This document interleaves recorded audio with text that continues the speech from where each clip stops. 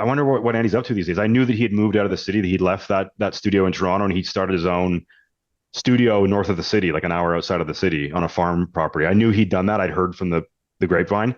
So I tracked him down. I looked online. I found his company and I reached out and said, "Hey, you remember me? I was that kid that came and visited you." And he wrote back right away and said, of course I remember. And why don't you come out and like have a tour and let's have lunch and all that." And that's when I had this idea of like this story, like his story wasn't known. Like it wasn't really a known thing. Unless you were in the industry, people knew, but outside of that, people didn't know. And I thought, well, this is such a great Canadian story, a Canadian innovation story, because he's known internationally, but just as an international film kind of story. So that's where the idea came from. And I went and met with them, and Goro was with him because Goro sort of has sort of been passed the torch in a certain sense. And yeah, the idea began there. We spent the next 4 years kind of making that film, Footsteps. Yeah, I mean, it seems to me that whether it's lighting and camera or Foley, it's all about, making this story seem real to people. And you need those things to work well together. If one is totally, if one is and it's the thing, it's not going to work, right? Right. And when Foley, and Andy says this, when Foley is done well, you shouldn't even know that it's there. And that's the thing, is that when people actually see the process in the film that we made, is most people who don't know about it are surprised because they've never been aware of it when they watch a film. When it's done well, you don't know that it's happening. So when you see the process, you're like, oh wow, like that's a lot of work that goes into this. You don't realize there's all these people that spend weeks toiling away in a dark room making all this stuff sound real. Yeah, I mean, I tell you, I teach a couple of college courses part time, and like my intro class, they're always blown away by it and seeing it and trying to do it. It just, and I'm like, no, this is a profession, and it's hard and time consuming, and you need resources and talent and creative. And it's not taught. It's not a thing you can take a course for. Yeah, it's not exactly. a thing you can. It's like you can only go and like if you want to do it, you apprentice with someone and you figure that out on your own. But there's no like course to be a Foley artist. Yeah, I did a 6-track analog mix in film school, and like there was no guidance. Right. No guidance. And I didn't know. We didn't know. That's why I didn't go to film school, Trevor. I figured it was a waste of time. You talked about stresses on the set. Now let's talk about stresses outside the set right now with the strike. What are you seeing? It's very difficult. I mean, and of course, everyone just came out of like, COVID was only so long ago where we all were out of work for 6 months. And now we're basically in another period of like, it's going to be another 6 months period where we're out of work. Only this time, there's no government subsidies to help you. There's no, because it's not a government created lockdown. Right. It's a union lockdown. So certainly there's lots of people that I know that are out of work. Thankfully, there is actually a fairly busy commercial industry in Toronto. So a lot of the crew that are out of work right now, not all, but some are making do with like the commercial work. It's not fully supplementing the work they would have had in long format. But I think that's helping. That's one of the things, like when we were talking about in our first episode with Dave Blass, the production designer for Star Trek, and you worked with him on The Boys, I believe. He's like, we're just sitting here. It's like, I'll take the first mayonnaise commercial that pops up. And I think a lot of people who listen to our show, like, don't like that's going to blow their mind that like there's all these people who had these big credits, big names, great work, and they're just sitting around and like maybe there's some commercial work that pops up and that's it. There is some, but there is also like, massive competition now because everyone's out of work. So there is that commercial pool of people. Right. I mean, there are commercial DPs and especially in Toronto, there are crews that specifically just do commercials. Mm-hmm. But in terms of the DPs, there are DPs that mainly just do commercials. But now all the other DPs that do everything else are also now available. So it's kind of the pick of the litter for ad agencies and stuff. They can kind of get the superstars of DPs and directors and stuff because they're all not working right now.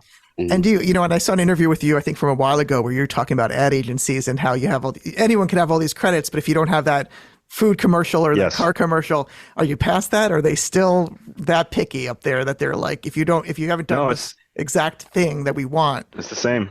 It's the same. It hasn't changed. I mean, put it this way, like because I've been out of commercials for so long, in the time that I've had off, I'm like, well, I could do some commercials here and there, and it doesn't really affect my summer break. I can work a few days here and there, and it keeps me in that world a little bit. But because I haven't been in commercials for that long, and also because of the strike, and everyone else is available, I haven't done any commercial work. There's been nothing. I've had like 1 or 2 holds, but they've all not happened because I've lost the job to other people that have more like recent commercial credits. Yeah. So my long format work doesn't matter. I don't have recent. My commercial reel is old now. It's dated by the standards of which people want to see. So Sure. I can't get commercial work right now. So what are you hoping to do next? You know, the film, this film you're working on is done. I mean, do you have something that you want, like a passion project down the road you want to do? Is there a show or film or type of series that is dream show for you? Trevor hates when I ask these questions. He says they're softball. Oh no, I'm genuinely curious. I have an even worse softball question coming. So and I can't. I mean, I can't judge. I mean, I was supposed to go back. I mean, I enjoyed working on the first season of Accused, and I had a very good relationship with the showrunner there, and I enjoyed this. It was an anthology show, so every episode's a different story, different people, and I enjoyed that. Yeah. It was very fresh, hard to make on the schedule that they had it because it's basically like a network television show, which I'd never worked on before. So it's a smaller budget and even tighter time schedule than a streaming show. But I still enjoyed working on it, and I wanted to go back to do the second season because I had such involvement with it. And in fact, like they very nicely offered me some co-producer credits on that show because of my involvement. And I thought, well, I want to continue to do that. So I'm supposed to go back to that show. But of course, with the strike happening, we don't really know how that affects the timing of it. So that is the next thing I'm intending to go back to. I don't have anything personally that I'm working on right now because we've just been so busy with our personal lives and like the stuff we're doing. The focus has just been not film stuff. Mm-hmm. Would you consider ever just going straight to producing full time down the road, or? I don't. I mean, I don't. Maybe I might. I mean, I have produced some of our own projects where I've just been the producer and I had no hand in the DPing of it. I mean, I like the idea of producing. I've enjoyed producing the stuff that we have done or co-producing things. So, because to me, that's kind of like you get to set the stage for telling the story and put together the teams and all that kind of thing. So, I do enjoy that kind of work, and I think I've discovered that I have a bit of a knack for it. But as of right now, I mean, it's something I'm sort of slowly working on as a side thing that maybe one day it'll become bigger. I mean, who knows? Sure. All right, Trevor, I'll let you have the last word here. You're welcome. Jeremy, I'm really sorry to do this to you, but I've got to do it. Favorite cinematographer, alive or dead, and favorite or maybe and favorite contemporary cinematographer. Okay, that is a way more ridiculous question than what I was.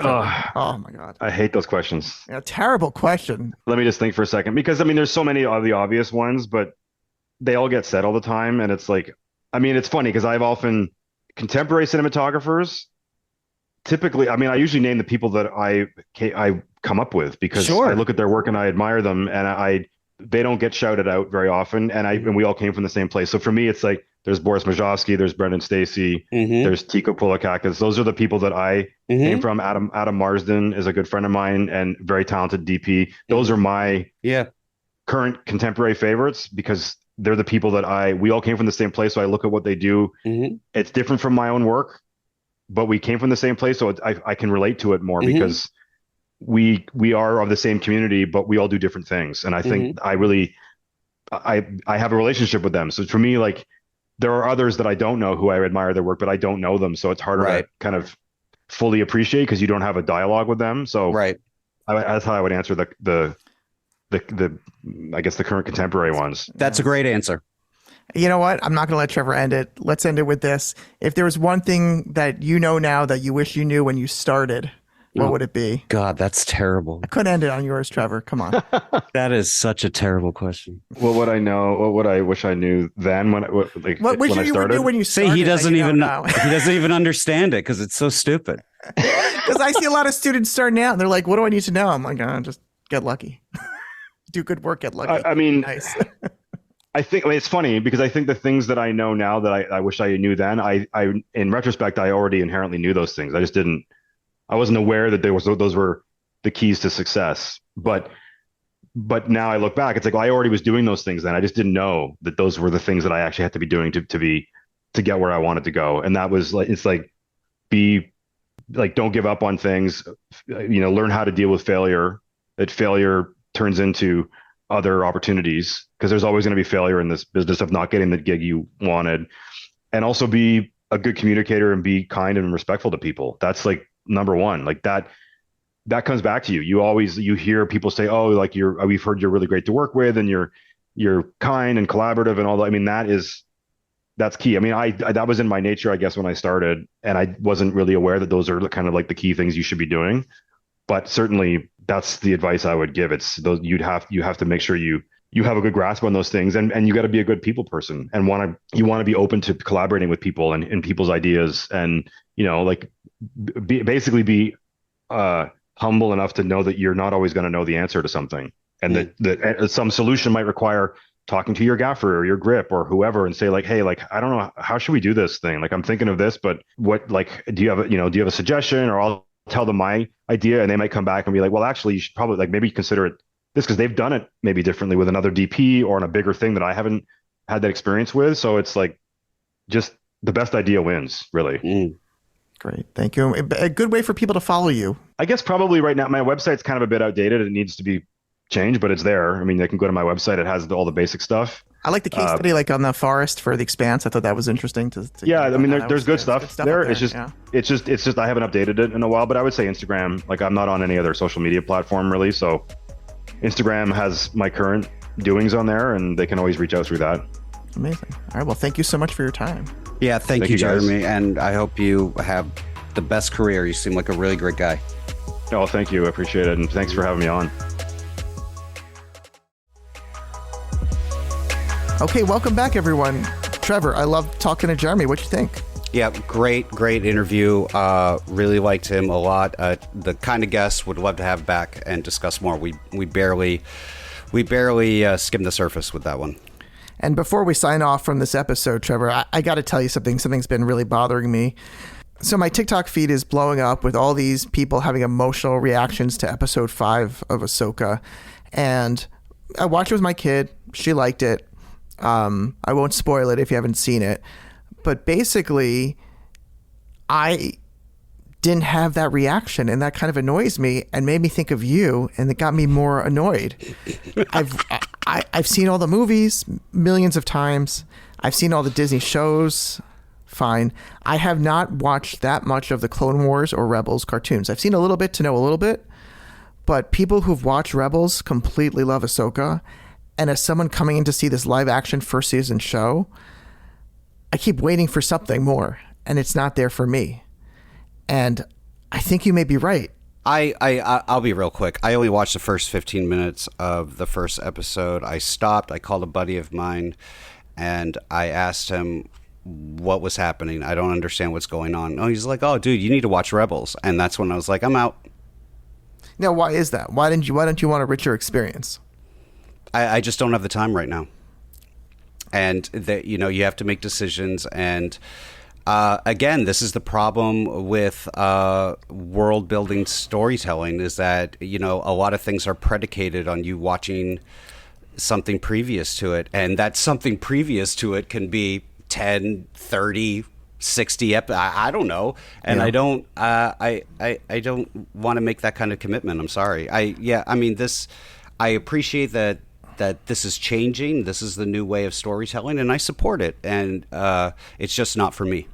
It doesn't sound like you support it, Trevor, but no, I really do. I do believe that things change, and some things change that I'm not used to, and I maybe don't like, but I do feel it's my responsibility to understand it and to let the masses. I mean, this is really let the mass, but like, this is apparently what's popular, and they love it, and let them eat cake is what you're saying. Let them eat cake. Is that your? No, just why fight over this stuff? Well, here's the thing. Exactly why fight over it. Why have a podcast and fight over things, Trevor? Well, it's you and I fighting. When I go onto message boards and I just see fight like 10,000 strangers fighting over an episode of television, I'm like, yeah, it's too much. It's too much. I will say there is a show that I think does it well.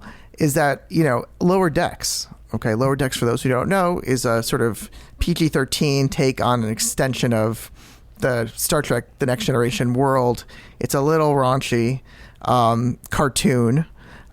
There's a ton of inside jokes and references, but you don't need to know them to enjoy the show. I watch it with my kid. She doesn't know half the references. It doesn't matter because the show isn't, the whole story isn't predicated on you watching